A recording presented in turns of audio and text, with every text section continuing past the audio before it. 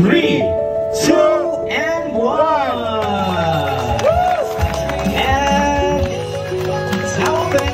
It's officially open. The executive moto stop here at KD Rack. There you go. Maraming pong salamat, of course, once again sa ating. Let's have a tour inside.